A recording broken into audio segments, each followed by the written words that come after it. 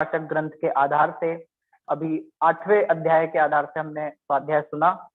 अभी आज की शुक्रवार और शनिवार को होने वाली कक्षा न्याय दीपिका कक्षा आदरणीय वीर सागर जी भाई साहब के माध्यम से जो चल रही है, जिसमें अभी हम आगम का स्वरूप में आप्त का स्वरूप पढ़ चुके हैं। फिर उसके बाद अर्थ का स्वरूप पर बहुत सुंदर व्याख्यान आदरणीय भाई साहब के माध्यम से चल रहा है। उसके आगे का आज चलेगा। आदरणीय भाई साहब भी हमारे बीच में पधार चुके हैं। मैं उनसे निवेदन करता हूं कि अभी की कक्षा को प्रारंभ कीजिए। जय जिनेंद्र भाई साहब। जय जिनेंद्र साहब। जय जिनेंद्र। जय जिनेंद्र। हेलो भाई साहब। जय जिनेंद्र। जय जिनेंद्र। घंटा चला उसमें प्रार्थना में।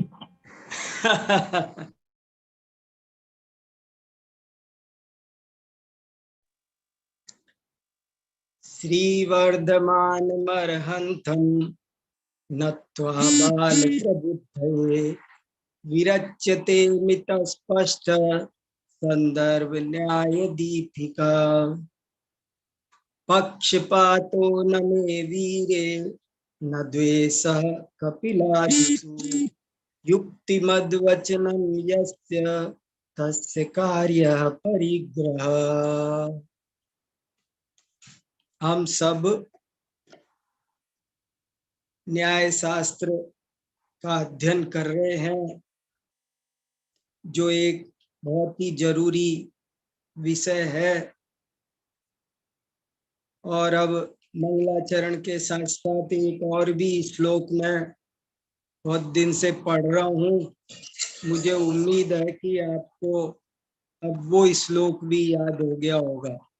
सबको एक तो न्याय दीपिका का मंगलाचरण श्लोक याद हो जाना चाहिए, और दूसरा ये जो न्याय शास्त्र का मुख्य श्लोक है, पक्षपातो न मे वीरे, ये भी बहुत ही इम्पोर्टेंट है। हमारी बुद्धि को निष्पक्ष बनाने के लिए इसको समझना भी, याद करना भी बहुत आवश्यक है। जैन दर्शन दुनिया का एक विशेष दर्शन है, और इसकी सबसे बड़ी विशेषता है परीक्षा प्रधानी होना। जैन दर्शन परीक्षा प्रधानी। तीर्थंकर, सभी तीर्थंकरों ने उपदेश दिया कि तुम मेरी बात मेरे कहने से मत मानो, मानोगे तो भी उससे तुम्हारा भला नहीं होना है। अकेले आज्ञा मात्र मानने से भला नहीं होना है, बल्कि जब तुम भली भांति युक्ति से, तर्क से परीक्षा करके मानोगे, समझोगे, तभी श्रद्धा परिवर्तन होगा, तभी चारित्र परिवर्तन होगा, तभी जीवन परिवर्तन होगा। ये बहुत इम्पोर्टेंट बात है। परीक्षा करो, परीक्षा करो, स्वयं निर्णय करो। तुम स्वयं निर्णय करने में समर्थ हो, किसी के कहने से मत मानो। किसी के कहने से मानोगे, आज किसी के कहने से मानोगे तो कल किसी के कहने से मानना छोड़ भी दोगे। उसमें दम कहाँ रहा? दम तो तब पैदा होगी जब तुम स्वयं परीक्षा करोगे। जैन दर्शन की सर्वोपरि विशेषता है। जब हम आप्तमीमांसा पढ़ेंगे तब देखेंगे कि कैसे आचार्य देव तीर्थंकर की भी परीक्षा करते हैं, और परीक्षा भी ठोस परीक्षा। देवता आते हैं, आकाश में गमन करते हो, इन चीजों से आप महान नहीं हो। देवागम नभोयानाच्छामरादि विभूतया माया विश्वपि दृश्यन्ते नातस्त्वमसि नो महान। तो एक तो देखो भाई, मैं बहुत जोर देकर ये कहना चाहता हूँ, हम सब जो भी लोग न्याय शास्त्र पढ़ रहे हैं, उनकी, हमारी सबकी ये ड्यूटी है कि हम इस बात को बहुत अच्छी तरह समझें कि जैन दर्शन परीक्षा प्रधानी है और इस बात को दूसरों को भी बताएं। ये एक विज्ञान है, ये एक तर्क और युक्ति पर आधारित है, अंधश्रद्धा का मामला नहीं है। जो किसी के कहने से मानेंगे तो निर्णय नहीं हुआ अपना, किसी के कहने से छोड़ा भी जाएगा। देखो बहुत बातें हैं, क्या बताऊं, लेकिन समय सार की 5वीं गाथा में ऐसा लिखा कि मुझे इस तत्व ज्ञान की प्राप्ति कैसे हुई। आचार्य महाराज कह रहे मुझे कैसे इस तत्व ज्ञान की प्राप्ति हुई, तो वे 4 कारण बताते हैं। आगम का सेवन, युक्ति का अवलंबन, परापर गुरु का उपदेश और स्वानुभव। अब आप देखो कितनी बड़ी बात है कि उन्होंने आगम का सेवन पर्याप्त नहीं माना। केवल आगम पढ़ के काम चल सकता है क्या? हमारा आगम का प्रकरण चल रहा है ना, तो देखो कहा केवल आगम के सेवन से काम नहीं चलेगा। आगम के बाद में युक्ति का अवलंबन बहुत जरूरी है, और युक्ति माने न्याय। सुनय प्रमाणा युक्ति, युक्ति किसको कहते हैं? युक्ति की क्या परिभाषा है? मैंने एक जैन न्याय का छोटा सा परिभाषा कोश बनाया है, जिसमें 50 परिभाषाएं हैं, केवल 50 परिभाषाएं। अगर जो 50 परिभाषाएं याद रख ले तो उसे न्याय ग्रंथों को पढ़ना बहुत आसान हो जाता है। इसलिए वो परिभाषाएं भी बहुत अच्छे से सबको तैयार करनी चाहिए। तो परिभाषाएं भी अच्छे से तैयार हो जाए। युक्ति किसे कहते हैं? सुनय प्रमाण युक्ति। सुनय और प्रमाण को युक्ति कहते हैं। नय प्रमाणात्मको न्याय, ये न्याय की परिभाषा है, यही युक्ति की परिभाषा है। तो युक्ति के अवलंबन से तत्व निर्णय होगा, उसके बिना बात बनने वाली नहीं है। देखो आज सुबह मैंने पूज्य गुरुदेव श्री का एक वाक्य सुना, मुझे इतना आनंद आया। बार बार कहते हैं, वो पहले भी सुन रखा है, आज फिर उसे पढ़ा तो बहुत स्मृति मजबूत हुई, बहुत आनंद आया। वो कहते हैं, हूँ परमात्मा छू एम निर्णय कर, हूँ परमात्मा छू एम नक्की कर, और हूँ परमात्मा छू एम अनुभव। मुझे ये इतना अच्छा लगा, इतना अच्छा लगा, इतना आनंद आया। फिर सुनो, बहुत मार्मिक है, ज्यादा डिटेल करने का अभी समय नहीं, पर ये 3 लाइनों में द्वादशांग भरा है। इतनी बढ़िया लाइन है। क्या? मैं ही परमात्मा हूँ ऐसा निर्णय कर, मैं ही परमात्मा हूँ ऐसा नक्की कर, और मैं ही परमात्मा हूँ ऐसा अनुभव कर। क्या फर्क पड़ा तीनों में? निर्णय ज्ञान की पर्याय है, नक्की श्रद्धा की पर्याय है, अनुभव चारित्र की पर्याय है। मैं ही परमात्मा, और पहले क्या कहा? पहले निर्णय कहा, दूसरे नंबर पर नक्की कहा, और तीसरे नंबर पर अनुभव कहा। कैसे? बिना निर्णय के निर्णय कैसे होगा? निर्णय होगा युक्ति से।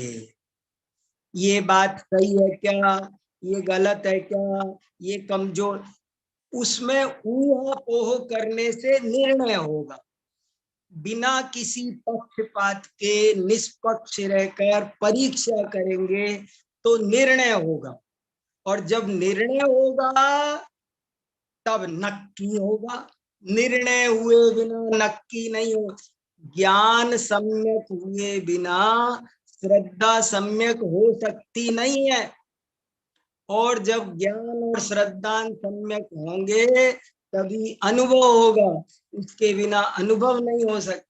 तो मुझे तो आज इसमें बहुत आनंद आया। मैं ही परमा, ये 3 पंक्ति छोटी छोटी सूत्र है, ये महासूत्र है जिनवाणी के। मैं ही परमात्मा हूं ऐसा निर्णय कर,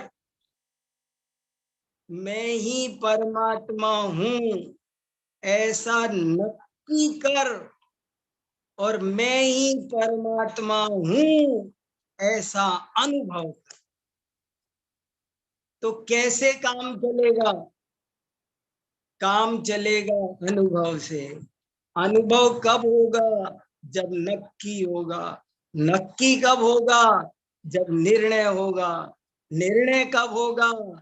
जब न्याय पढ़ोगे, सही हेतु लगाना सीखोगे। जब परीक्षा करना भली भांति आएगा तब निर्णय होगा। तो ऐसा न्याय तो बहुत प्रयोजनभूत, बड़ा अच्छा, बड़ा प्यारा विषय है। ये कोई शास्त्रार्थ और वाद विवाद का विषय नहीं, तत्वाधिगम का विषय है। न्याय से तत्व का अधिगम होता है।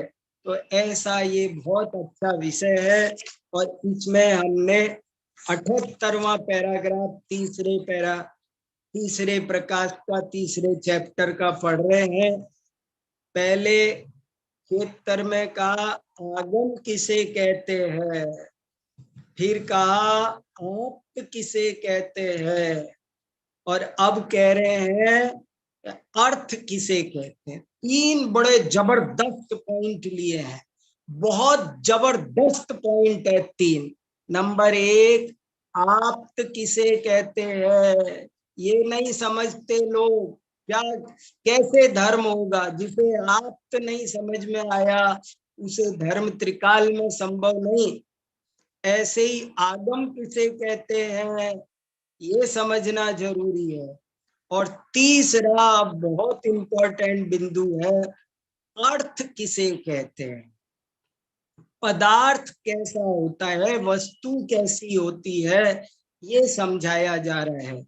और इसमें बड़ी अच्छी परिभाषा दी, अर्थोनेकांतः। अर्थ किसे कहते हैं? अर्थ अनेकांत को कहते हैं। अनेकांतात्मक वस्तु होती है, उसी का नाम अर्थ है, और वही प्रमाण का विषय है।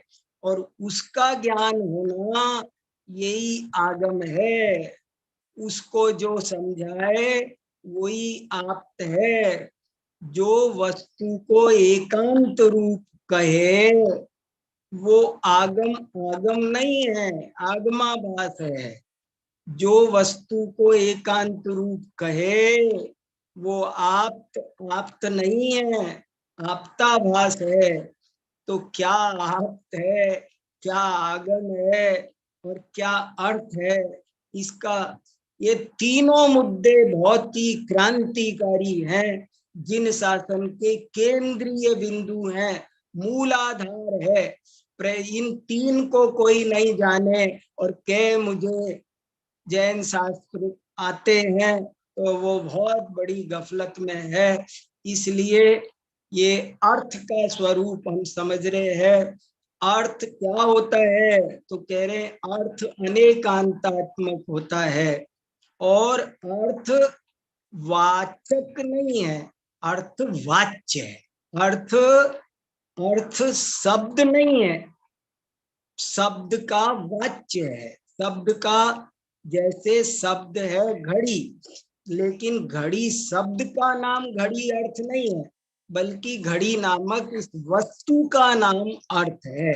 और ये अनेकांतात्मक है। और अनेकांतात्मक क्यों है? क्योंकि इसमें अनेके अंता धर्मा गुणा वसंती।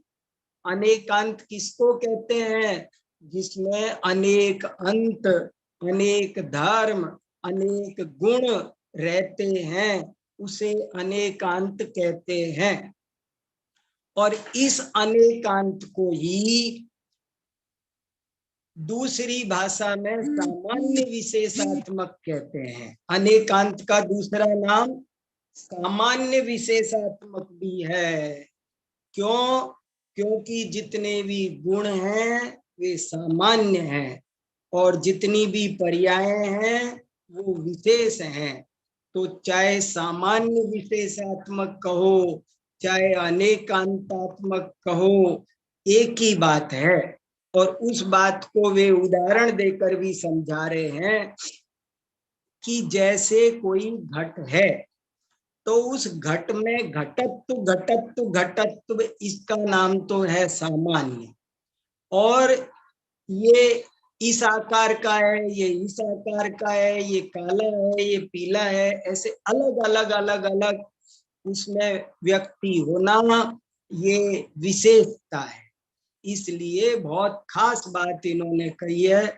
सामान्य कल मैंने लेख भेजा था, आपने पढ़ा होगा, प्रमेय के स्वरूप वाला, वो पढ़ना बहुत जरूरी है। मैंने बहुत सरल करके कई उदाहरण दे करके प्रत्येक वस्तु, जगत की प्रत्येक वस्तु सामान्य विशेषात्मक है।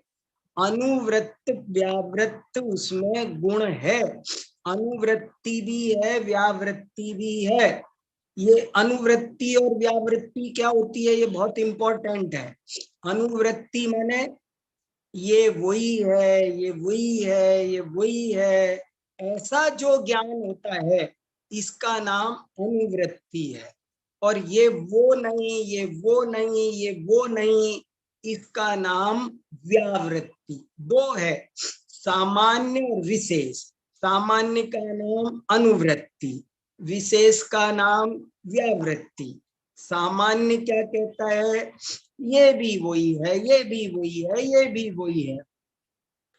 मैंने कल भी आपको पढ़ाया, पहले भी तो सामान्य कहता है ये वही है, विशेष कहता है कि नहीं, कल अलग थे आज अलग है। ये हर चीज में, यहाँ पर ये रुमाल है, ये घड़ी है, ये पेन है, ये चश्मा है, इतनी चीजें हैं, लेकिन सामान्य क्या बोलेगा, ये भी वही है, ये भी वही है, ये भी वही है। जो वही वही वही वही देखे उसका नाम सामान्य है। और ये अलग है, ये अलग है, ये अलग है, ऐसा जो देखे वो विशेष है, वो व्यावृत्ति है। तो एक अनुवृत्ति, एक व्यावृत्ति, एक का नाम सामान्य, एक का नाम विशेष। तीन लोक में ऐसी कोई वस्तु नहीं है जो दूसरी वस्तु से सर्वथा भिन्न हो या सर्वथा अभिन्न हो। फिर सुनो, बहुत इंपॉर्टेंट वाक्य, तीन लोक में ऐसी कोई भी वस्तु नहीं है। दो चीज कोई भी ले आप, इस विश्व में से सिलेक्शन का अधिकार आपको है। आप कोई भी दो चीज सेलेक्ट करो, कोई भी दो चीज, और वो दो चीजें ना तो सर्वथा समान है ना सर्वथा असमान है। वे कथनचित समान भी है और कथनचित असमान भी है। देखो कितनी गजब की बात है ये। कोई भी दो वस्तु लो, अच्छा एक सुअर लो और मैं, तो हाँ उसमें और हम में भी कथनचित समानता, कथनचित असम। इस पेन में और चश्मे में, दोनों में कथनचित समानता है, कथनचित असमानता है। दोनों एक अपेक्षा से देखा जाए तो समान है, एक अपेक्षा से देखा जाए तो दोनों भिन्न भिन्न है। और ये दो पेन एक से हैं, लेकिन एक से होने पर भी देखा जाए तो एक अपेक्षा से समान है, एक अपेक्षा से असमान है। बड़ी गजब की बात है। कोई दर्शन अकेला सामान्य मानता है, विशेष नहीं मानता। कोई दर्शन अकेला विशेष मानता है, सामान्य नहीं मानता। और भैया अर्थ क्रिया नहीं हो सकती, दीपक प्रकाश नहीं कर सकता यदि वो नित्यानित्य ना हो तो। घड़ा पानी नहीं भर सकता यदि वो नित्यानित्य न हो, सामान्य विशेषात्मक न हो। अगर ये घड़ी सामान्य विशेषात्मक न हो तो ये अपनी अर्थ क्रिया नहीं कर सकती। अर्थ क्रिया क्या होती है, बहुत इंपॉर्टेंट है। कोई भी दो चीज ऐसी ले लो, ये अर्थ क्रिया शब्द बहुत इंपॉर्टेंट है। 1 घंटा 2 घंटा हम अर्थ क्रिया पर बात कर सकते हैं। अर्थ क्रियाकारित्व माने, अर्थ माने पदार्थ अपना काम करे, इसका नाम अर्थ क्रिया। यदि ये घड़ी सर्वथा नित्य हो तो भी ये घड़ी नहीं बचेगी, टाइम नहीं बता सकती। और यदि सर्वथा अनित्य हो तो भी ये टाइम नहीं बता सकती। इसलिए इसे सामान्य विशेष दोनों होना जरूरी है।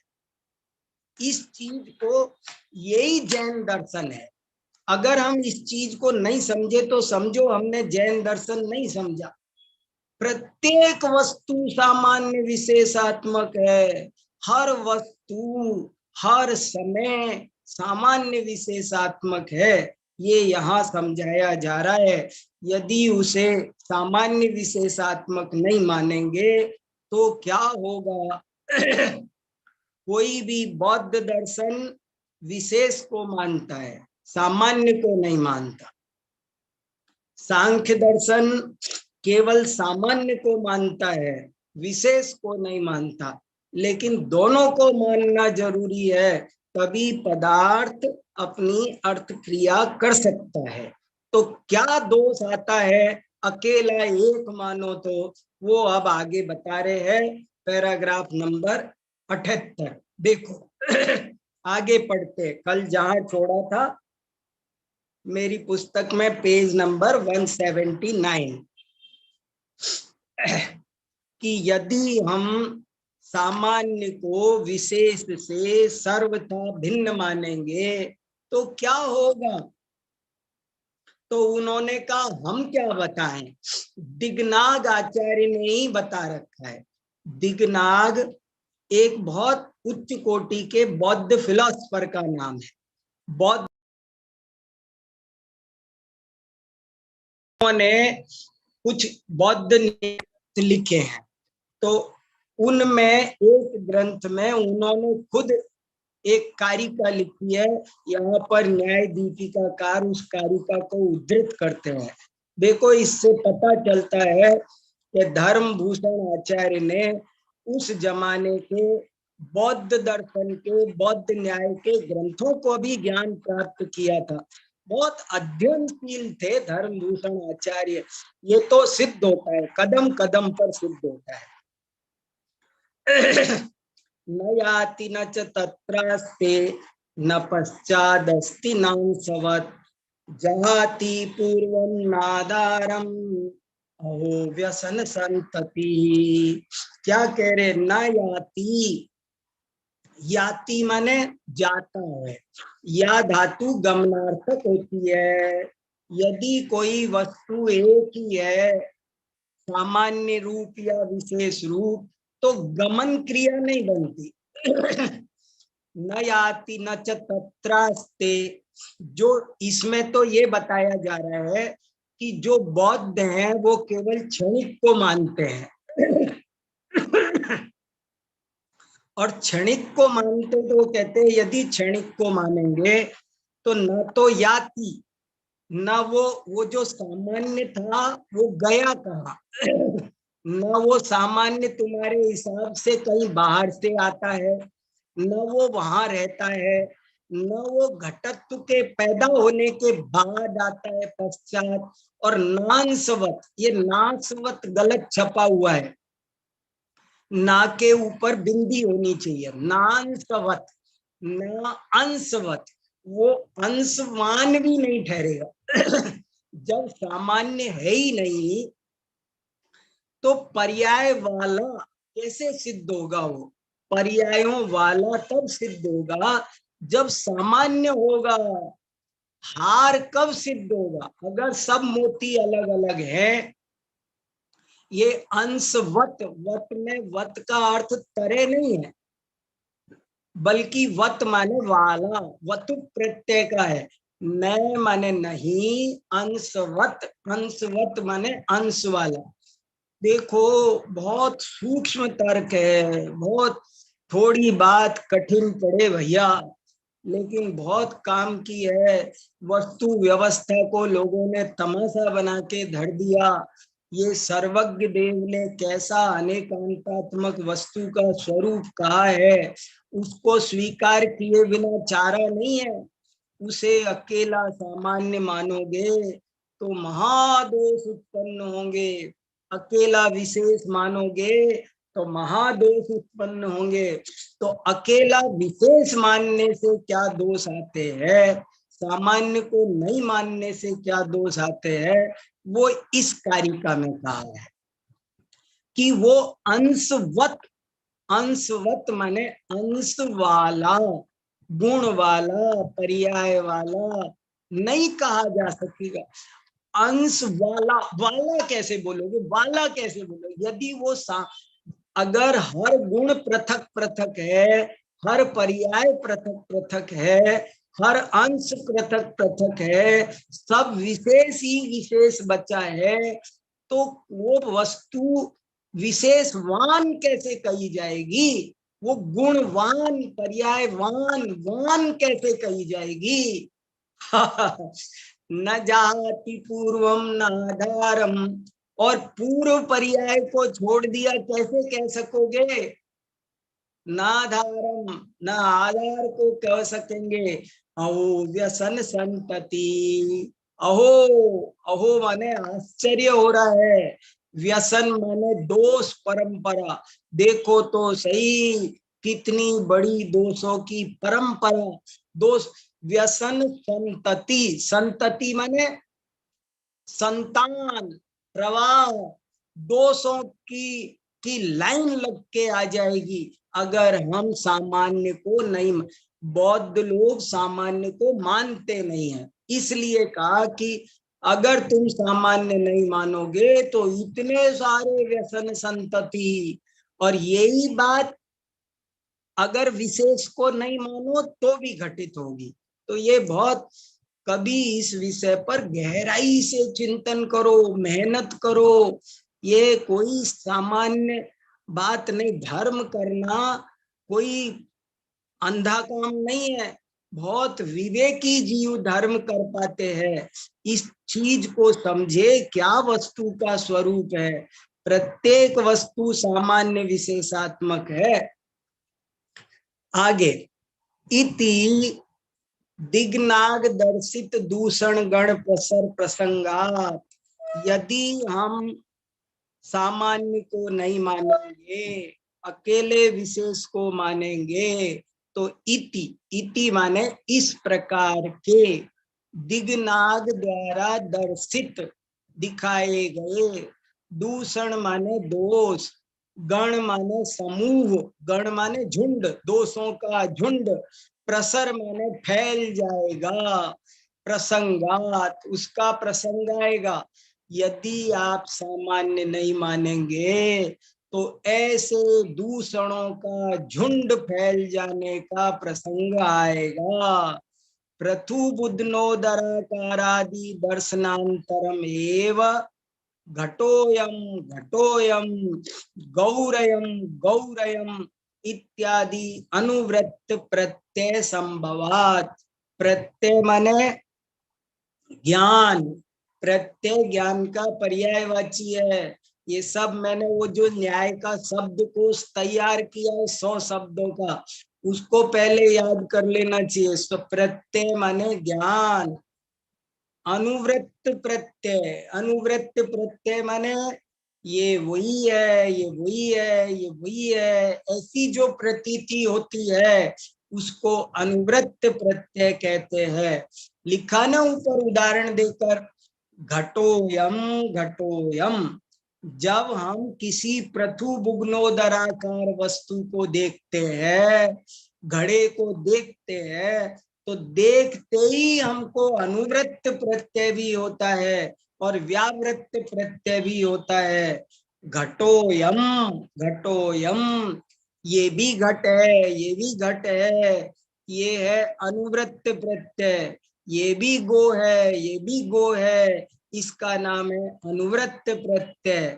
अनुवृत्त, बहुत सारी गायों के बीच ये भी गाय है, ये भी गाय है, ये भी गाय है, इसका नाम है अनुवृत्त प्रत्यय। ये काली है, ये लाल है, ये सफेद है, ये लंगड़ी है, ये खंडी है, ये मुंडी है, ऐसा जो भेद दिखाई देता है इसका नाम व्यावृत्त प्रत्यय है। अनेक घड़ों में ये भी घड़ा, ये भी घड़ा, ये भी घड़ा, इसका नाम है अनुवृत्त प्रत्यय। और ये काला घड़ा, ये लाल घड़ा, ये छोटा घड़ा, ये मोटा घड़ा, ये कच्चा घड़ा, पक्का घड़ा, ये हुआ व्यावृत्त प्रत्यय। और गाय, गाय में भी ये काली गाय, पीली गाय, अलग अलग, ये व्यावृत्त प्रत्यय। और ये कुछ नहीं, ये भी गाय, ये भी गाय, ये भी गाय, ये भी गाय, इसका नाम है अनुवृत्त प्रत्यय। तो विशेषोपि स्थूलोयम घटा सूक्ष्म, ये घड़ा बड़ा स्थूल है, ये सूक्ष्म है, ये मोटा है, पतला है, इत्यादि व्यावृत्त प्रत्ययालंबनम घटादि स्वरूपम एव। विशेष भी पता चलता है, कोई भी वस्तु कभी भी देखो आपको तुरंत तत्काल दोनों ज्ञान होते हैं, सामान्य भी विशेष भी। ऐसा नहीं है, हम घर में कोई भी चीज है, एक हमने पौधा भी लगा रखा है तो ये भी पता चलता है कि ये वही है जो कल था, ये भी पता चलता है आज वो नहीं है। एक बच्चा भी है घर में, ये वही है, ये वही नहीं है, हर चीज को हम जानते हैं। तो इत्यादि व्यावृत्त प्रत्यालंबनम, इस प्रकार से व्यावृत्त प्रत्यय का आलंबन भी, वो भी घटादि स्वरूप ही है। तथा चा भगवान माणिक नंदी भट्टार का, मुझे तो इसमें बहुत आनंद आता है जब भी ये महान आचार्यों का नाम लेते हैं। देखो आज हम और आप बोलते हैं तो कैसे बोलते हैं, और इनके बोलने का तरीका देखो, ये कितने बड़े महान आचार्य हैं। धर्मभूषण आचार्य आज से 600 650 वर्ष पहले हुए, उन माणिक नंदी महाराज के 300 400 साल बाद ही हुए, खुद भी इतने बड़े विद्वान आचार्य। लेकिन जब माणिक नंदी आचार्य का नाम आता है तो कैसे विनम्र हो जाते हैं, झुक जाते हैं, कैसे उनके हाथ जुड़ जाते हैं और कहने लगते हैं भगवान माणिक नंदी। देखो हमारे हृदय से भी बहुमान छलकना चाहिए, बहुमान टपकना चाहिए, बहुमान छलका जा रहा है, इतना उनके हृदय में भरा हुआ है। तथा चाह, चाह क्या होता है, चाह लिखा हुआ है ना, चाह माने इच्छा नहीं, चे प्लस आ, तथा च आह। और यही बात, तथा माने ऐसी ही बात, वैसी ही बात, आह कहते हैं, कही है भगवान माणिक नंदी भट्टारक ने। भगवान माणिक नंदी भट्टारक, भट्टारक माने भट्ट शब्द का अर्थ है पूज्य, पूज्य भगवान माणिक नंदी ने कहा है सामान्य विशेषात्मा तदर्थो विषय। परीक्षा मुख चौथा परिच्छेद का पहला सूत्र है ये। तो बोले जो बात हम कह रहे हैं वही वैसी ही बात भगवान माणिक नंदी ने भी परीक्षा मुख में कही है। इसलिए ऐसा नक्की करो, ऐसा निर्णय करो और ऐसा अनुभव करो कि जगत में जितने भी पदार्थ है सब सामान्य विशेषात्मक है। अब मैं उसी वाक्य को फिर दोहराता हूं, जगत का प्रत्येक पदार्थ सामान्य विशेषात्मक है, ऐसा निर्णय कर। जगत का प्रत्येक पदार्थ सामान्य विशेषात्मक है, ऐसा नक्की कर। जगत का प्रत्येक पदार्थ सामान्य विशेषात्मक है, ऐसा अनुभव कर। और इसमें आ गया मैं आत्मा हूं, मैं परमात्मा हूं, क्या मेरा स्वरूप है, क्या तेरा स्वरूप है, सबका स्वरूप समझ में आया। पर्यायो द्विविधा, अब ये विशेष की बात 78वें पैराग्राफ में सामान्य कैसा होता है ये बताया, सामान्य विशेष दोनों एक साथ होते हैं ये बताया। अब 79 पैराग्राफ में बताते हैं विशेष क्या होता है, कैसा होता है विशेष।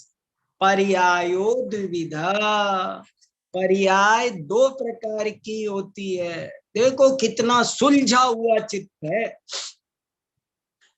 ये बहुत शॉर्ट में चीजों को सुलझा देते हैं, ये एक बड़ी बात है। पर्यायो द्विविधा, देखो पर्याय शब्द पुल्लिंग होता है संस्कृत में, हम हिंदी वाले पर्याय को स्त्रीलिंग में प्रयोग करते हैं। पर्याय दो तरह की होती है, पर संस्कृत में पर्याय शब्द पुल्लिंग है।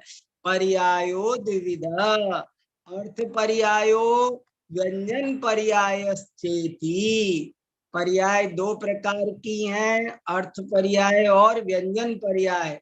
तत्र अर्थ पर्यायो, वहां अर्थ पर्याय क्या है। अब देखो कितनी बढ़िया बात, अर्थ पर्याय व्यंजन पर्याय का स्वरूप देखो। अर्थ पर्यायो भूतत्व भविष्यत्व संस्पर्श रहित शुद्ध वर्तमान कालावच्छिन्नम वस्तु स्वरूपम। अर्थ पर्याय किसे कहते हैं, जिसमें भूतकाल नहीं है, जिसमें भविष्य काल नहीं है, जो भूत और भविष्य के संस्पर्श से बिल्कुल रहित है, 100% शुद्ध वर्तमान काल में जो टिकी हुई है, जो शुद्ध वर्तमान कालावच्छिन्न, अवच्छिन्न माने युक्त, शुद्ध वर्तमान काल में रहती है, एक समय भी पहले नहीं, एक समय भी बाद नहीं। बहुत बढ़िया परिभाषा है। तत्र अर्थ पर्यायो भूतत्व भविष्यत्व संस्पर्श रहित शुद्ध वर्तमान कालावच्छिन्नम वस्तु स्वरूपम। अर्थ पर्याय भूत और भविष्य के संस्पर्श से रहित है, शुद्ध वर्तमान काल सहित है, वो शुद्ध प्योर। एक सेकंड कहने को तो अपन वर्तमान काल बहुत बड़ा भी ले लेते हैं, वर्तमान में ऐसा हो रहा है, आज का दिन वर्तमान है तो 24 घंटे का वर्तमान हुआ, बोले ऐसा वर्तमान नहीं। वर्तमान दो तरह का, एक अशुद्ध वर्तमान, एक शुद्ध वर्तमान। शुद्ध वर्तमान माने जो न एक समय भूत को छूता हो, न एक समय भविष्य को छूता हो, उसका नाम है शुद्ध वर्तमान। और वो शुद्ध वर्तमान कालवर्ती जो पर्याय होती है उसको कहते हैं अर्थ पर्याय। तद एतद ऋजु सूत्र नए विषयम आमनन्त्यभियुक्ता।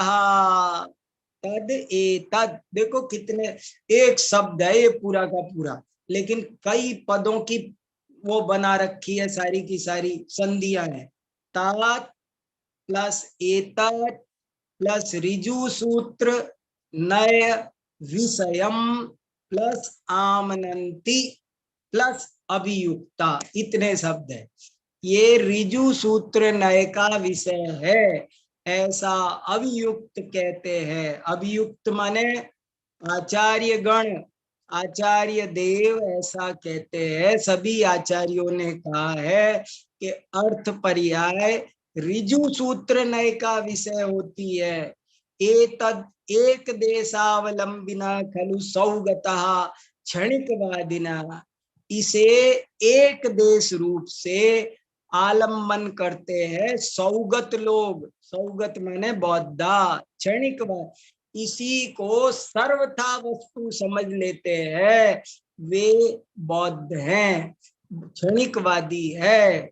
वे केवल पर्याय को, एक क्षणवर्ती पर्याय को स्वीकार करते हैं, वे सर्वथा उसी को वस्तु मानते हैं।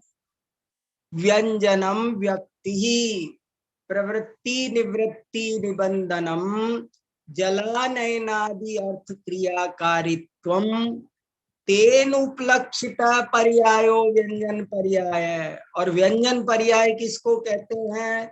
व्यंजनम व्यक्ति। व्यंजन माने जो व्यक्त है, अर्थ पर्याय अव्यक्त है, व्यंजन पर्याय व्यक्त है, अर्थ पर्याय छद्मस्त गोचर नहीं। व्यंजन पर्याय छद्मस्त गोचर होने से उसको व्यक्ति कहते हैं। अर्थ पर्याय भी है व्यक्ति, लेकिन छद्मस्त गोचर नहीं, इसलिए यहाँ व्यंजन पर्याय को व्यक्ति कहा, क्योंकि उसको छद्मस्त पकड़ सकता है व्यंजन पर्याय को। व्यंजन पर्याय किसे कहते हैं?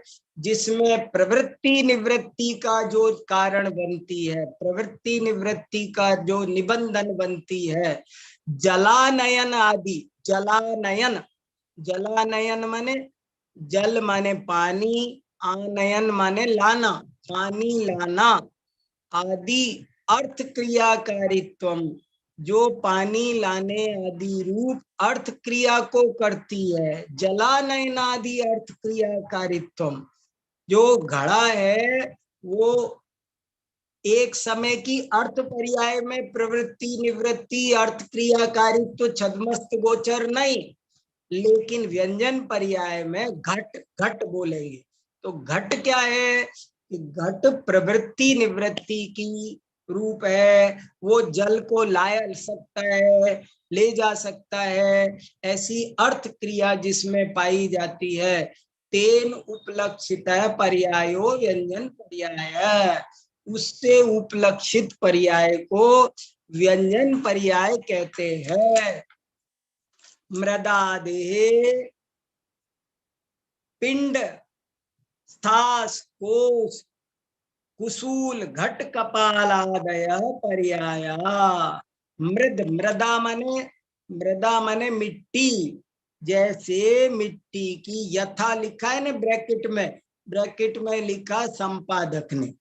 संपादक कौन है इसके? डॉक्टर दरबारी लाल जी कोठिया।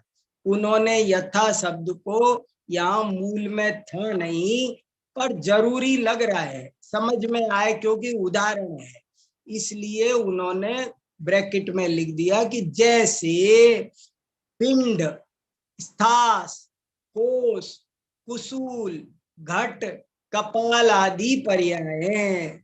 ये घड़े की पर्याय है। घड़ा पहले मिट्टी की लुगदी बनता है, लुगदी बनता है, उसका नाम पिंड है। फिर वो दूसरी स्थिति में आता है, आगे बढ़ता है तो उसका नाम स्थास है, और आगे बढ़ता है तो कोश है, उससे आगे बढ़ता है तो कुसूल है, और आगे जब बन जाता है तो वो घड़ा है, और जब वो घड़ा भी फूट जाए तब जो उसके टुकड़े बनेंगे उस पर्याय का नाम है कपाल। ये घड़े की पर्याय है पूरी की। देखो आज अपना शब्द भंडार इतना कमजोर है कि हम इन सब का मीनिंग नहीं जानते, नहीं तो ये सब घड़े की क्रम से पर्याय। घड़े की प्रथम पर्याय होती है पिंड, दूसरी है स्थास, तीसरी है कोश, चौथी है कुसूल, पांचवी है घट। जैसे मनुष्य की होती है ना, और बाद में क्या हुआ? अंत में बिखर गया, कपाल बन गए, तो ये गपाल आदय पर्याया।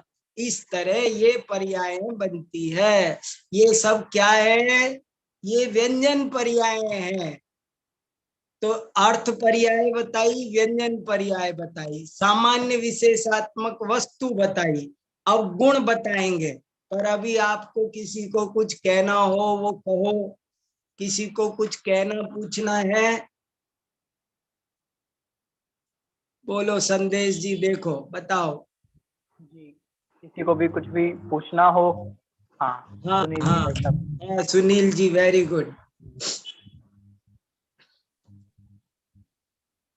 भाई साहब आज बहुत सुंदर सामान्य विशेष पर्याय, हाँ उसका सारा विश्लेषण, और वो एक अद्भुत कारिका का भी बहुत सुंदर अर्थ किया, बहुत हाँ आनंद आया।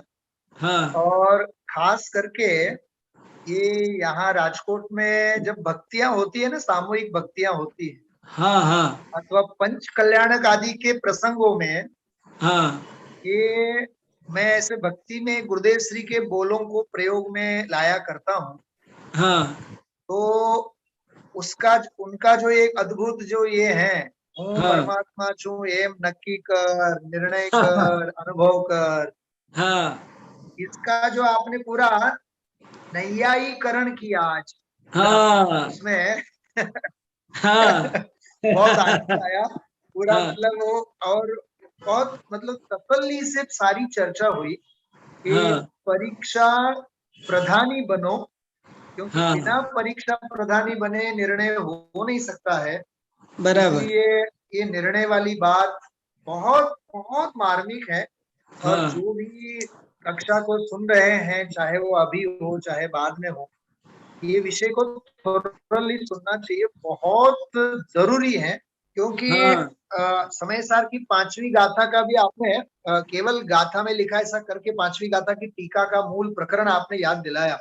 हाँ आगम का अवलोकन, युक्ति का अवलंबन, वो जो हाँ युक्ति के अवलंबन में जो आपने आगम का सेवन पर्याप्त नहीं, नहीं है। हाँ, आगम का सेवन पर्याप्त नहीं है, बहुत उसके सुंदर, बाद बहुत सुंदर, युक्ति का अवलंबन बहुत जरूरी है। वो बहुत कह जरूरी रहे है। मुझे ये वैभव प्राप्त हुआ, बराबर बराबर युक्ति का बराबर। अवलंबन लिया तब वैभव जी, प्राप्त हुआ। अति निस्तुष युक्ति लिखा है, निस्तुष, गजब है। क्या गजब का हाँ शब्द है। हाँ, मतलब हाँ ये आगम के वाक्य जो है ना भाई साहब, वो हाँ बिल्कुल जैसे आप इतनी गहनता से सहज हाँ भाव से उद्धरण देते हैं, लेकिन हाँ एक जिसे कहते हैं ना कि विचक्षण श्रोता की तरह हाँ इनके मूल प्रकरणों को पढ़ने की प्रेरणा हाँ श्रोताओं को सच में लेनी चाहिए। बहुत हाँ बहुत बहुत आनंद आया कक्षा में, मतलब बहुत हाँ आनंद आया। हाँ। हाँ, देखो, ये धर्म है ना, कोई अंधा खेल नहीं है। नहीं नहीं, अंधा धर्म खेल नहीं है। करना कोई अंधा खेल नहीं है। ये बहुत बहुत विवेकियों का काम है, कैसा वस्तु का स्वरूप है। और ये बहुत इंपॉर्टेंट मुद्दा है, नहीं तो अन्य दर्शन वालों में और हम में कोई अंतर नहीं बचेगा। नहीं बचेगा। अन्य हाँ, दर्शन वालों में और हम में, हम अन्य दर्शन वाले ही रह जाएंगे। हाँ, बिल्कुल देखो, बिल्कुल। सामान्य सामान्य बातें बाहर की सभी कहते हैं, कहते हैं। अहिंसा पालो, झूठ मत बोलो, चोरी मत करो, 5 व्रत पालन करो, कौन धर्म नहीं कहता। सही है। शरीर अलग है, आत्मा अलग है, मोटी मोटी बातें सब कहते हैं, लेकिन प्रत्येक वस्तु सामान्य विशेषात्मक है, जी, नित्यात्मक है, और तभी वो अर्थ क्रिया कर सकती है, नहीं तो अर्थ क्रिया नहीं कर सकती वो। ये एक, देखो, अगर अपने घर का कोई सदस्य बीमार हो जाए तो अपन डॉक्टर के पास लेके जाते हैं। तो क्यों लेके जाते हैं? कि वो उसमें से मर्ज को निकाल दे, मरीज को वापस दे दे हमें। अगर ऐसे डॉक्टर के पास कोई जाना पसंद करेगा जो मर्ज के साथ मरीज भी खत्म कर दे? देखो, दुनिया में हम दर्जी को कपड़ा देते हैं, बराबर कपड़ा बराबर। दे, अगर वो कपड़ा देते हैं तो वो बढ़िया कुर्ता बना के दे देता है, इसलिए देते हैं कि नहीं वो खत्म हो। यदि वो सर्वथा नित्य हो तो भी कुर्ता नहीं बन सकता, सर्वथा अनित्य हो तो भी कुर्ता नहीं बन सकता। आपने दूध की उठा करके आइसक्रीम जमाई, अगर वो सर्वथा नित्य हो तो भी नहीं जम सकता, अनित्य हो तो भी नहीं जम सकता। वस्तु सामान्य विशेषात्मक है ही है, नित्यात्मक है ही है। वो अंश वाला कैसे कह पाएंगे हम? पर्याय वाला, अनंत गुण वाला कैसे कह पाओगे? सही बात है, सही। तो ये बहुत इंपॉर्टेंट बात है, इसको सबको बहुत परीक्षा से, युक्ति से, शांति से, धैर्य से समझने जैसा है ये विषय। और देख, आपने वो अंशवत शब्द का अर्थ किया ना, वाला, हाँ तो हाँ मुझे वो गुरुदेव श्री के प्रवचन में बार बार हमेशा गुरुदेव श्री जब जब भी भगवान शब्द आता है तो उसका वो हाँ। अर्थ करते हैं। हाँ भगवान मतलब ज्ञान और आनंद की लक्ष्मी वाला ऐसा करके अर्थ करते हैं। हाँ तो हाँ वो बातें याद आ गई, मतलब कितनी बारीकाइयां हैं। हाँ और भाई साहब जब कक्षा प्रारंभ हुई, जब आपका विषय धीरे धीरे आगे बढ़ने लगा, हाँ परीक्षा वाली बात कही, उत्पाद व्यय द्रव्य वाली, सामान्य विशेष वाली जो चर्चा आपकी चल रही थी, हाँ तो मेरे दिमाग में समय सार की गाथा तीसरी हाँ गाथा की टीका बिल्कुल दिमाग में घूम रही थी, हाँ क्योंकि हाँ उसमें वही तो विषय है ना भाई साहब की उत्पाद वे द्रव्य युक्तम सद सद द्रव्य लक्षणम, ये सारी जो बातें हैं। और हाँ आपने जो ग्रंथकार की जो धर्मभूषण यति जी की भी महिमा आपने कही, हाँ हाँ इतनी गहराई से उन्होंने दार्शनिक अध्ययन किया है, हाँ। बौद्ध के बारे में हो, न्यायिक के बारे में हो, तो ये और सच में बहुत। विनम्रता देखो, विनम्रता, हाँ, भगवान माणिक्य। भगवान सच में। इसलिए भाई साहब ये गुरुदेव श्री के एक ऐसे वक्ता अपने को दिखते हैं, जब हाँ भी कोई आचार्यों की बात आवे, आचार्यों का उल्लेख करना हो, अरे प्राचीन अपने विद्वानों का भी उल्लेख करना हो, तो हाँ દિગંબરોના આચાર્યોએ તો ગજબ કામ કર્યું જ છે, પણ हाँ જૂના પંડિતોએ પણ ગજબ काम કર્યું છે, ऐसी ऐसी हाँ, महिमा करते हैं। ये गजब, ये सच में विनम्रता वाली तो भाई साहब शिक्षा लेने जैसी है। बहुत बहुत बड़ी बात है, बहुत बड़ी बात है, बहुत बड़ी बात है। संदेश जी और कोई कुछ? दीपाली जी आप भी सुनाओ ना कुछ। हाँ ये भी बहुत मन लगा के पढ़ रही हैं खूब। हाँ ये दीपाली जी बोलिए, कैसा लग रहा है, क्या समझ में आ रहा है, बताओ आप आराम से, आपको क्या समझ में आ रहा है, कैसा लग रहा है, सचमुच बोलो, क्या दिक्कत आ रही है, कैसा क्या अनुभव कर रहे हो, प्लस माइनस? नहीं, समझ में तो अच्छे से आ रहा है। हाँ अर्थ क्रिया का थोड़ा सा, यो क्रिया मतलब क्या लेना, वो सामान्य विशेषात्मक वैसा कि अर्थ नहीं। क्रिया जैसे कारित्व बोला था आपने। क्रिया माने पर्याय, पर्याय। क्रिया माने यहाँ क्रिया का अर्थ क्रिया अलग है। अर्थ क्रिया माने अर्थ का कार्य, वर्क। हर पदार्थ का एक, जैसे दीपक है, दीपक का काम है प्रकाश करना। अग्नि की अर्थ क्रिया क्या है? समय सार में लिखा ना, छठी गाथा में, अग्नि में 3 गुण। उष्णता, हाँ, तो ये उसकी अर्थ क्रिया है। अग्नि पाचक कब होगी? कोई भी पदार्थ तभी अर्थ क्रिया कर पाएगा जब वह सामान्य विशेषात्मक होगा। इसका नाम अर्थ। प्रत्येक पदार्थ का एक अपना प्रयोजन है, अब उसमें एक वस्तुत्व गुण भी है ना। वो प्रत्येक वस्तु क्यों है? क्योंकि अपना काम करती है हर वस्तु। आत्मा की अर्थ क्रिया क्या है? जानता है। भूतगल की अर्थ क्रिया क्या है? कि उसमें स्पर्श रस गंध वर्ण रूप परिणमन होता है। घट का अलग काम है, अग्नि का अलग काम है, पृथ्वी का अलग काम है, पानी का अलग काम है। ये अर्थ क्रिया है। पानी तृषा को शांत करे, ये उसकी अर्थ क्रिया है। अर्थ क्रिया प्रत्येक अर्थ का जो कार्य है, जैसे पेन है, इस पेन की अर्थ क्रिया क्या है? लिखना, लिखे ये। और अगर क्या फर्क है, दूसरी कोई लकड़ी का डंडा उठा लूं और इसमें क्या फर्क है? तो वो लिखने की काम नहीं करेगा। वो हम ब्लैक बोर्ड पर चौक से लिखते हैं, तो चौक में लिखना रूप अर्थ क्रिया है ना, वो अपने अर्थ क्रिया को कर रही है। और कारित्व, अर्थ क्रिया कारित्व। चश्मा है तो वो देखने के काम आना चाहिए ना। चश्मा अगर हम चश्मा लगाते ही अंधे हो जाए, ऐसा चश्मा कौन लगाना पसंद करेगा? कि हमने चश्मा लगाया, जितना दिख रहा था वो भी बंद हो गया। इसका मतलब है वो अपनी अर्थ क्रिया नहीं कर रहा, वो चश्मा नहीं है, वो चश्मा भास है कोई।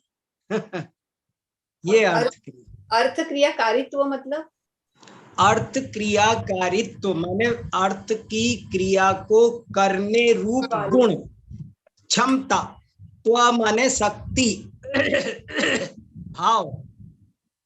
प्रत्येक वस्तु में ऐसी शक्ति है, ऐसा भाव है कि जिसके कारण वो अपनी अर्थ क्रिया को निर्विघ्न रूप से करता है। तीन लोक में कोई वस्तु, ये बहुत अच्छी बात पूछी आपने, प्रत्येक वस्तु में ऐसी शक्ति है कि वो अपनी अर्थ क्रिया को सदा काल करे, कोई उसमें बाधक बन सकता ही नहीं है। ये अर्थ क्रियाकारित्व है। जैसे ज्ञान में बोल सकते हैं ना, जैसे लब्धि रूप ज्ञान है और उपयोग। हाँ, बराबर।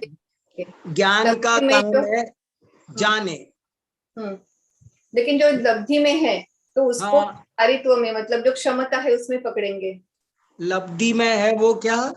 क्षमता हो गई ना, उसकी कैपेसिटी हो गई, तो उसमें हाँ, वो पना आ गया। बराबर बराबर। अर्थ क्रियाकारित्व, अर्थ क्रिया को करने की क्षमता, अर्थ क्रिया को करने की क्षमता।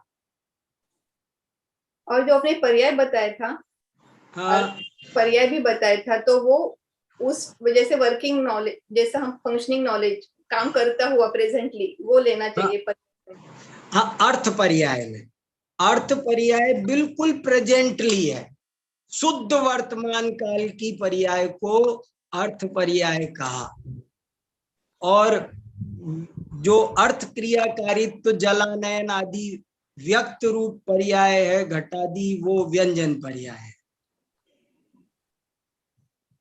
हाँ, और एक प्रदीप जी फरीदाबाद। सर मैं प्रदीप जैन बोल रहा हूँ फरीदाबाद से। जय जिनेन जी। हाँ, बोलिए प्रदीप जी। सर थोड़े से मतलब सब्जेक्ट में कोई नहीं है इशू, थोड़ी सी एडिशनल इंफॉर्मेशन थोड़ी सी लेनी थी आपका, चूंकि मैं पहले कह चुका हूँ तरीका बहुत अच्छा है आपका, उसमें कुछ बचता नहीं पूछने को।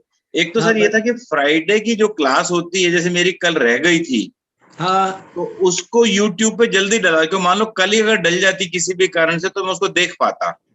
हाँ हाँ हाँ, और मैंने लिखा भी तो मुझे जवाब नहीं मिला, तो नहीं, उसको थोड़ा सा उसको ऑर्गेनाइज करवा दें।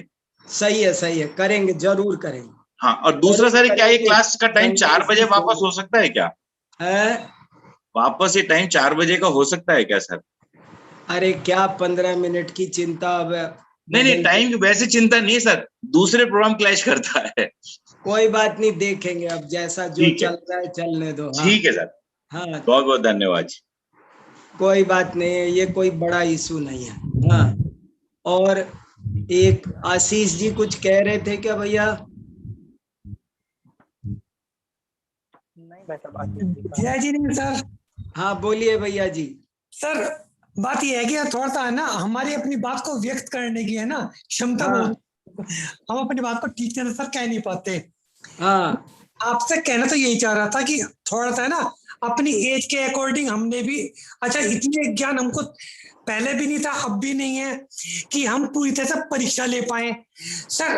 तो जैसे हम बचपन में सोचते थे कि वास्तव में हर कोई अपने धर्म को अच्छा कहता है, हाँ, हम भी अपने जैन धर्म को करें। देखो, मैं कई बार कह चुका, न्याय की अपनी कक्षा चल रही है, और भले आप सब न्याय दीपिका सीधा ऐसे सुन रहे हैं, ये कठिन सूक्ष्म विषय, लेकिन मैं कई दफे कह चुका कि पहले एक बार थोड़ा सा न्याय मंदिर पढ़ लोगे तो ये जल्दी समझ में आ जाए। हाँ सर, उसकी लैंग्वेज तो कठिन लग रहा हो ना, उनको मेरी ये सलाह है कि वो न्याय मंदिर पढ़कर इसको पढ़ने बैठो, बहुत जल्दी समझ में आएगा, बहुत जल्दी समझ में आएगा। पर उसको एक दफे न्याय मंदिर को थोड़ा सा पढ़।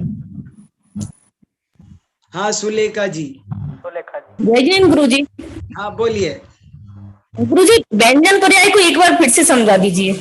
व्यंजन पर्याय लिखा है ना, देखो साफ साफ, जैसे उदाहरण दिया ना, जैसे जो भी ये गिलास है, चश्मा है, ये जो मोटी मोटी पर जैसे घड़ी है, तो ये व्यंजन पर्याय है। इसमें प्रतिपल होने वाला सूक्ष्म परिणमन जो छद्मस्त गोचर नहीं है, वो तो अर्थ पर्याय है। और जो हमको मोटा, जैसे ये अंगूठी है, तो ये अंगूठी है और इसको तोड़ करके कुंडल बना दिया, तो अंगूठी और कुंडल ये तो हुआ व्यंजन पर्याय। और अंगूठी और कुंडल के रहते हुए ये अंगूठी है 5 साल से, तो 5 साल से भी तो इसमें निरंतर सूक्ष्म परिणमन चल रहा है ना, वो अर्थ पर्याय। इन्होंने लिखा ना सूक्ष्म परिणमन जो है वो तो है अर्थ पर्याय, जो शुद्ध वर्तमान कालवर्ती है। एक समय की पर्याय, एक समय की पर्याय, 2 समय की नहीं होनी चाहिए। एक समय की पर्याय हो तो वो अर्थ पर्याय, और एक समय से ज्यादा होती है वो है व्यंजन पर्याय। सर तत्वार्थ सूत्र में जैसे आता है कि द्रव्य का परिणमन तो अर्थ पर्याय है और गुण का परिणमन व्यंजन पर्याय है, तो इसी तरह ही से है क्या ये भी? दोनों बातें एक ही है, थोड़ा कहने का भाषा का फर्क है। वहां तत्वार्थ सूत्र की किसी टीका में आया होगा, मूल में तो नहीं आया, लेकिन किसी टीका में आया होगा, और अभिप्राय एक ही है, बात को कहने का तरीका है। अभी इसका पर्याय का एक पैराग्राफ और बचा है, उसको अपन जब पढ़ेंगे अगली बार तब ये और क्लियर हो जाएगा। जी सर, धन्यवाद सर। ठीक है, चलो भैया संदेश जी। इस प्रकार अभी हमारी न्यायाधीश की कक्षा रही। प्रदीप जी ने बीच में बात कही थी कि कक्षा उसी दिन अपलोड नहीं हो पाती है। उसके कुछ 1-2 कारण ऐसे हैं कि 2 कक्षाएं एक साथ चलती हैं, तो पहले वो करने वाले दोनों कक्षाओं को डाउनलोड करते हैं, दोनों कक्षाओं को फिर एडिट करके उसे अलग अलग करते हैं, फिर उसको रात तक या अगले दिन तक अपलोड करते हैं, तो थोड़ा समय उसमें लगता है। और जैसे ही समय वो अपलोड हो जाती है तो उसको भेज दी जाती है ग्रुप पे। बाकी फिर भी कोशिश करेंगे कि जल्दी हो सके। तो इस प्रकार अभी हमने एक और बात, अभी हम न्याय दीपिका के जो विषय पढ़ रहे हैं इसमें बहुत सुंदर सुंदर परिभाषाएं आ रही हैं। हमने अनेकांत की परिभाषा देखी, अर्थ पर्याय की, व्यंजन पर्याय की, और ये विषय ऐसे हैं जो बड़े बड़े ग्रंथों में यानी कि जिनागम के हर विषय में काम आने वाले हैं। ये अर्थ पर्याय, व्यंजन पर्याय का विषय, सामान्य विशेषात्मक का विषय, आप जो ग्रंथ पढ़ेंगे सिर्फ न्याय के ही नहीं, आप अध्यात्म के पढ़ेंगे, आप समय सार पढ़ेंगे, प्रवचन सार पढ़ेंगे, तत्वार्थ सूत्र पढ़ेंगे, तो आपको ये सामान्य विशेषात्मक और अर्थ पर्याय, व्यंजन पर्याय इत्यादि बातें आने वाली हैं। तो आप इसकी परिभाषाओं को बहुत अच्छे से याद करें। अनेकांत की परिभाषा है, तो ये बहुत अत्यंत इम्पोर्टेंट हमारे लिए है। और अभी जिनवाणी स्तुति के माध्यम से कक्षा को एंड करेंगे। एक और सूचना, जैसा कि भाई साहब ने अभी बताया कि आप न्याय मंदिर अवश्य पढ़ के आए, तो न्याय मंदिर लगभग जितने लोगों ने हमसे मंगाई उनको हम भेज चुके हैं, और कुछ लोगों के बाद में भी हमारे पास एड्रेस आए थे, उनको भी हम भेज चुके हैं, और कुछ लोगों के पास पहुंचने वाली होंगी 1-2 दिन में। और भी किसी को न्याय दीपिका, न्याय मंदिर चाहिए हो तो आप हमसे निसंकोच हमें अपना एड्रेस भेज के आप हमें बोल सकते हैं। और शब्द कोश, लक्षण कोश, हम एक किताब छोटी लेखों की है, वो और आज ग्रुप पे मैं एक बार डाल देता हूँ, तो उसमें से शब्द कोश वगैरह देख लेंगे तो बहुत अच्छा रहेगा। अभी जिनवाणी स्तुति के माध्यम से कक्षा को विराम देंगे। निज में पसार यह अनंत उपकार है, इसलिए जिनवाणी माँ को वंदना शत बार है।